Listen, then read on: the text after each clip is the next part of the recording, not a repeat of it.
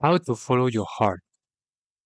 This is an important question when it comes to healing trauma and move forward. But sometimes it feels so difficult to follow your heart because the heart is so numb.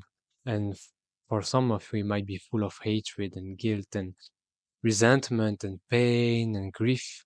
And so, because of that, there's so much confusion. And it's very difficult for you to get in tune with that space. And so, actually, following your heart is not that hard. The only thing you need to do is to actually follow it. And it can sound a bit silly, but most of the time when we can't follow our heart is because we have doubts. We can't trust it. And we can't trust it because we have all these painful feelings, right? But truly, even though you have all of these painful feelings and this lack of clarity, you can still follow it. You can still know what it has to say. You can still wonder what your heart, what's your heart perspective on your situation. And because of our trauma, we tend to get up in the head and we are so focused there. We have our whole sense of self in the head. And what we want to do is to start paying attention to the heart and just moving our focus down into our heart, into our physical chest, and see what's there. And it might be very black and dark for some of you, and that's fine. But can you sense this little bit of light? This tiny little light? Well, this is your heart. And when we are in darkness, it seems like the light is not there, but it's actually there. It's always there, even if it's a very tiny glimpse of light. And you see, when you look at the sky at night and there are so many stars, these stars are so small. They are little dots of light in the dark, vast sky. And yet humans have been able to follow the north and find their way on Earth for million years just by looking at the stars and following them. Well, it's the same principle that you can use for your heart. It's the same thing. Just because it's not fully awakened and fully light doesn't mean you can't follow it. You can still do it. You can still listen to it. But all it takes is just to pay attention to that area of your body because your body is sacred. Your body is what you use for movement. It's what you use to do things in the world. And so putting attention in your body, in the place of your heart, will actually awaken this little light that is always there. And you will be able to see it. And from that space, you can wonder, what does my heart want? What does your heart perceive out of your current troubles? What's the perspective of your heart? And maybe you can just get in touch with that space and wonder and really be there in this stillness of your heart. You know you can feel it. You know it's there. And that's how you connect back. You just do it. You put your attention on your heart. And from that place, you don't try to find the answer. You let the answer come to you. You don't try so hard to find resolution. You just stay with it. And you don't wait neither, because waiting is really a state of mind. Like you're waiting to get something. Like it's not even waiting, it's just be with it. Stay with it. And at some point something will emerge. Maybe you will sense a strong need of relaxation and just lay down and do nothing. And that's fine. Maybe you will sense something like I need to do something new in my life. Maybe you will sense that the answer is more meeting new people or going to therapy and really learning to go from here to here and training yourself. Your mind says something, okay, what does my heart say? Your mind has an idea about life. What is my heart's perspective? The heart is always a more comfortable place because it's more open. It's always um, more in tune with the world, much more than the mind. The mind is really separated from the world. It's like me all the time. But the heart is not in this space. The heart is always connected to everything around, other people, situations, the world, and it knows what you need. Your heart knows the answer. And so maybe from that place you will start to try to follow your heart, but you will get stuck because you will have doubt, which is often what's blocking us from following our heart. We are not sure if this is gonna work, you know? But the thing is, if you follow your heart, it's always gonna work. Like there's no possibility that it's not gonna work. Maybe it's not gonna work as you think it should be, but it still will work out. So for example, as I'm doing this YouTube channel, I don't know where this is gonna lead me. I don't know how many people will subscribe. I don't know how many of you will actually come to me for coaching, but I'm still doing it. And even if doubt can emerge, I'm still following my heart. And I know that it's gonna work out because I know that that's the calling of my heart. And that's what I love the most is to help people heal and transform. And so I don't need other information than this.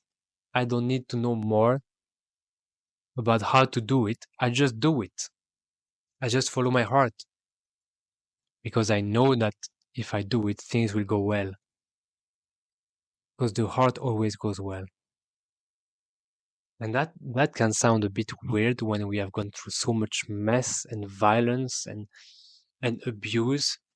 We can't believe that things can get easy. We can't believe that it's just that simple, but it is. Life can be very simple and easy. And if you look back maybe in your life, every time you actually follow your heart, which means you said the thing you wanted to say instead of resisting, you did the thing you wanted to do instead of doubting, you seek the right help by following your what's there, you can notice it always worked out in a way. It always brought you more peace and light. In order to really get in touch with our heart, we need to awaken it. That means that we need to start living from the heart instead of from the mind. And how do we awaken the heart? Well, we do it by just seeing life from the perspective of life instead of seeing life from the perspective of the ego and the person that we are. We start seeing life from a different angle, a different lens. And we approach our trauma from a place of I am life and I'm going to get through this instead of I am a person and I'm going to get through this. And it can sound a bit unusual and you can wonder like what the hell is this guy saying? You can start seeing beauty in violence.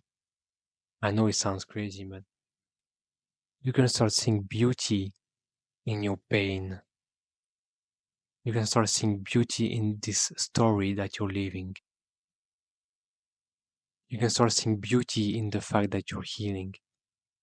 And have you noticed that when you have a big healing breakthrough, you actually find that beautiful?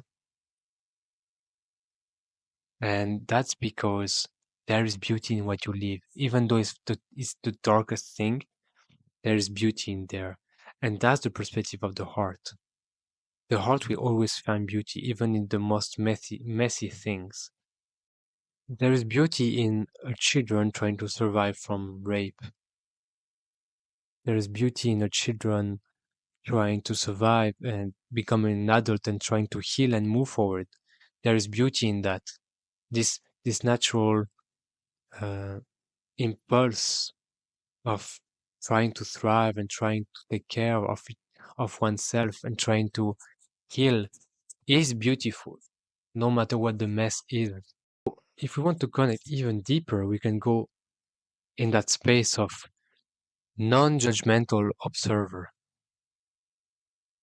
Look at your feelings, look at your mind, look at what's your experience right now, and see it from a place of non-judgment, from a place of pure observation, unconditional loving witness.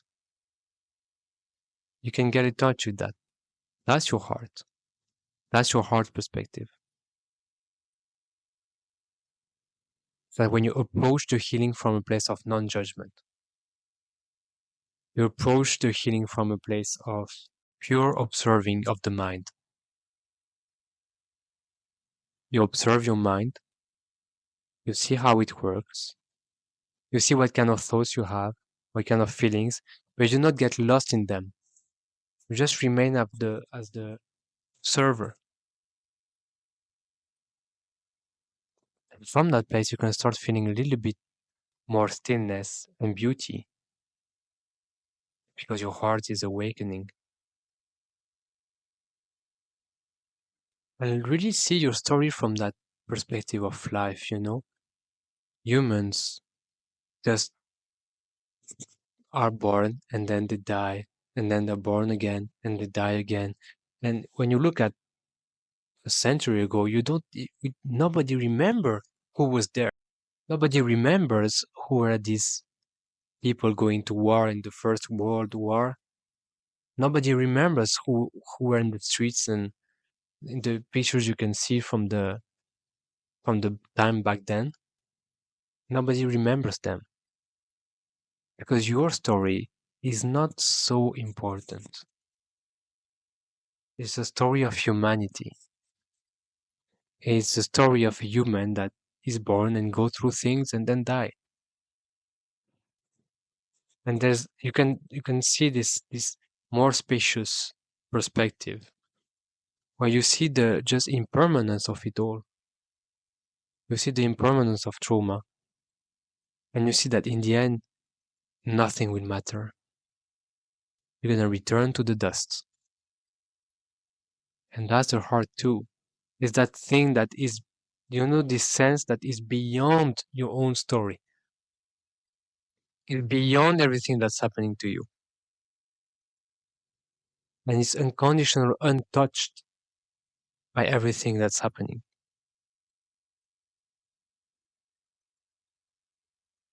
The space between the thoughts, the awareness. And also another thing that you can do is to get more compassion for yourself and start training compassion for you and for the others. Seeing some people here and there are going through stuff and having compassion for them. And having compassion for yourself, for your own self. Having compassion for all the difficulties you've been through. Having compassion for all the violence you've survived in. With compassion will also awaken your heart. It will remind you of this untouched light, which is the light of compassion, that cannot be affected by your story, because it sees through every story, including yours.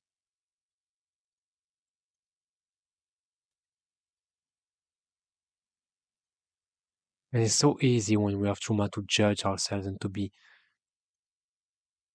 negative about what's happening and to harm ourselves. But when we go back to the heart space and feel into the compassion for ourselves and the world, and we hold all of our parts in compassion, our inner child, our deepest fears, our deepest doubt, our shame, we hold all of this in compassion instead of judgment. Then we're working from a place of the heart. We're healing from a place of stillness. And that's when the healing becomes much, much, much more efficient. And that's why some people are stuck for decades and decades, because they're not able to awaken this space. Hold yourself, all of you. into compassion. And then, because you will have compassion for yourself, you will have compassion for others, and your heart will expand. And then you will have compassion for humanity,